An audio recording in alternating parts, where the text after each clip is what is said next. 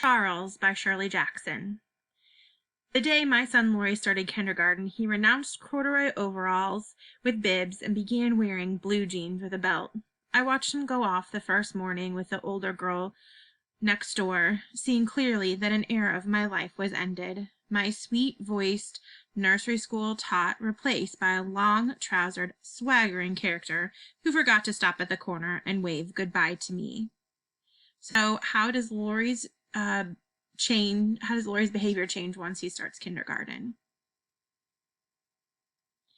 He came home the same way, the front door slamming open, his cap on the floor, and the voice suddenly became raucous, shouting, "Isn't anybody here?"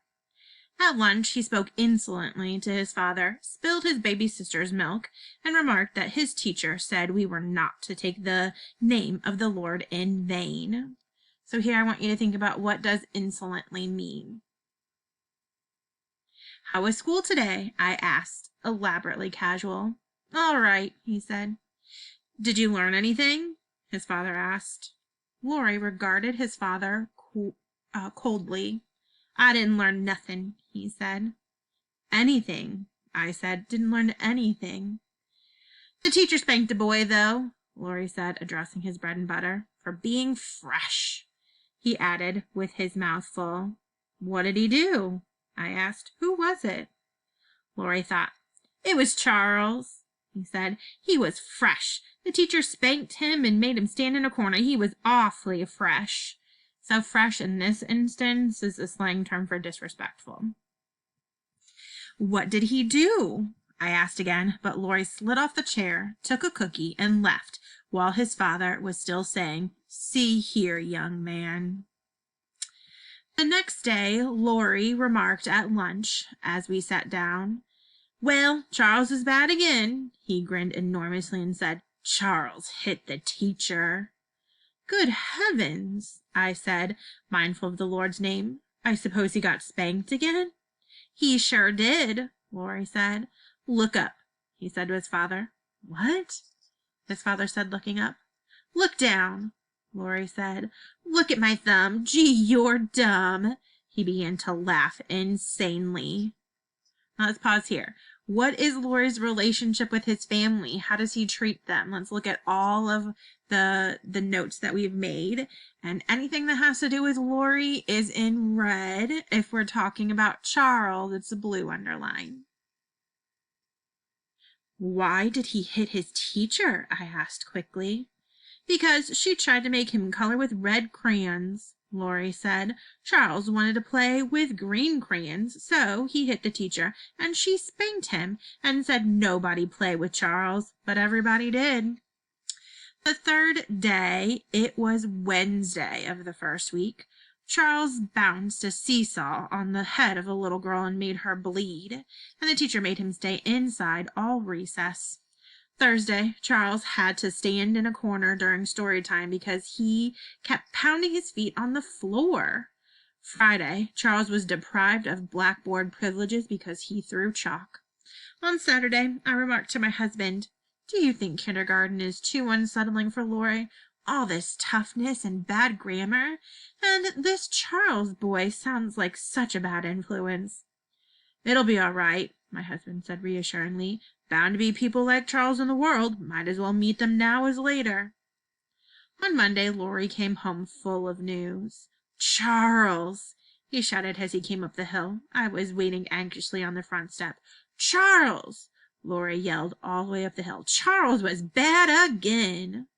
"Come right in," I said as soon as he came close enough. "Lunch is waiting." "You know what Charles did?" he demanded, following me through the front door. "Charles yelled so in school they sent a boy in from first grade to tell the teacher she had to make him keep Charles quiet. And so Charles had to stay after school, and so all the children stayed to watch him."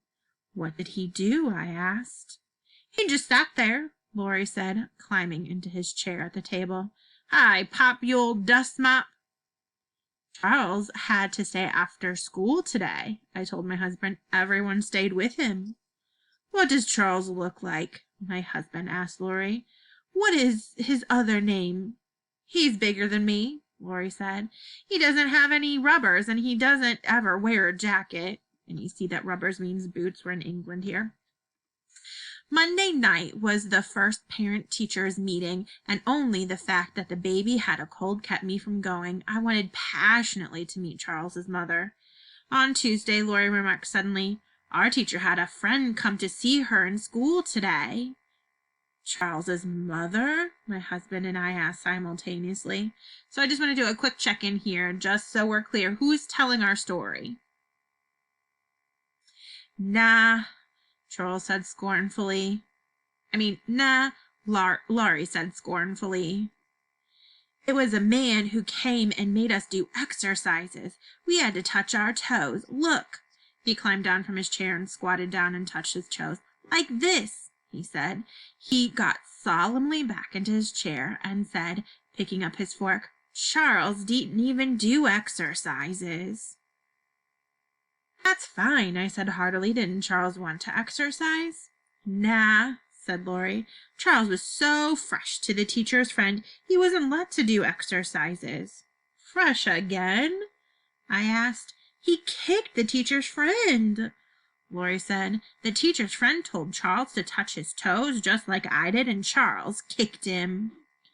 All right, so how would you describe Charles's behavior so far?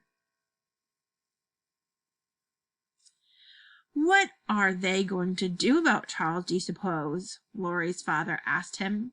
Lori shrugged elaborately. "Throw him out of school, I guess," he said. Wednesday and Thursday were routine. Charles yelled during story hour and hit a boy in the stomach and made him cry. On Friday, Charles stayed after school again, and so did all the other children. With the third week of kindergarten, Charles was an institution in our family. The baby was being a Charles when she cried all afternoon. Lori did a Charles when he filled his wagon full of mud and pulled it through the kitchen. Even my husband, when he caught his elbow in the telephone cord and pulled the telephone ashtray and a bowl of flowers off the table, said after the first minute, "Looks like Charles." So what significance does Charles's name take in Lori's house? Like, what does it mean to be a Charles? During the third and fourth weeks, it looked like a reformation in Charles. Lori reported grimly at lunch on Thursday of the third week. "Charles was so good today, the teacher gave him an apple." "What?" I said, and my husband added warily, "You mean Charles?" "Charles," Lori said. "He gave the crayons around and picked up the books afterwards, and the teacher said he was a helper." "What happened?" I asked incredulously. So what does incredulously mean? "He was her helper, that's all," Lori said and shrugged. "Can this be true about Charles?" I asked my husband that night. "Can something like this happen?" "Wait and see," my husband said cynically.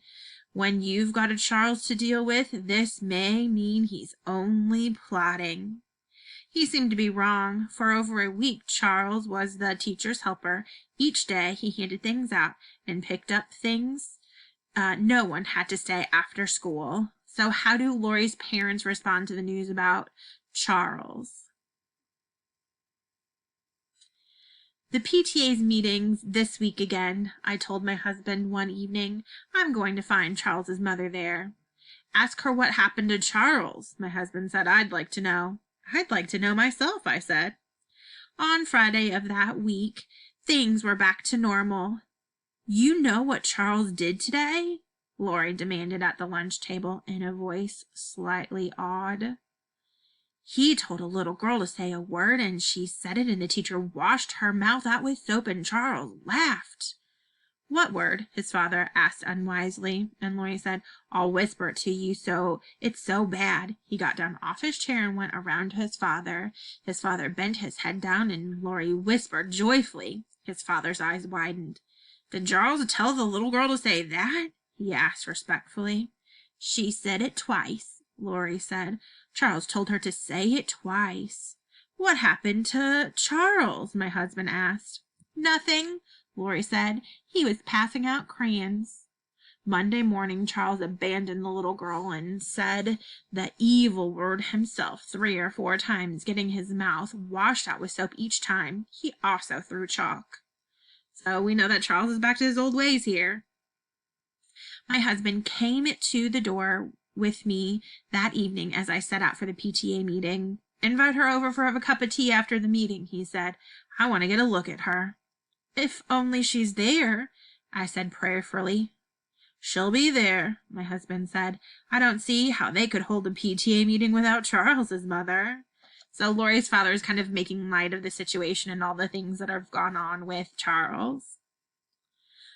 At the meeting, I sat restlessly, scanning each comfortable, matronly face, trying to decide which one hid the secret of Charles. None of them to me looked haggard enough. No one stood up at the meeting and apologized for the way her son had been acting. No one mentioned Charles. So haggard means that you looked worn out and worn down and tired. So why would Lori's mom assume that is how Charles's mom would appear? After the meeting, I identified and sought out Lori's kindergarten teacher. She had a plate with a cup of tea and a piece of chocolate cake. I had a plate with a cup of tea and a piece of marshmallow cake. We maneuvered up to one another cautiously and smiled. "I've been so anxious to meet you," I said. "I'm Lori's mother." "We're all so interested in Lori," she said. Now, think about that, her word choice, interesting. Is that how you would want a parent to describe, or a teacher describe you to a parent? Think about that. "Well, he certainly likes kindergarten," I said. He talks about it all the time." "We had a little trouble adjusting the first week or so," she said primly, "but now he's a fine little helper, with occasional lapses, of course." "Lori usually does very quickly," I said. "I suppose this time it's Charles's influence." "Charles?" "Yes," I said, laughing. "You must have your hands full in that kindergarten with Charles." "Charles?" she said. "We don't have any Charles in kindergarten." Okay, so what's the big reveal here? If Charles doesn't exist, who do you think is the one who's doing all the misbehaving at school? And then, does this surprise you?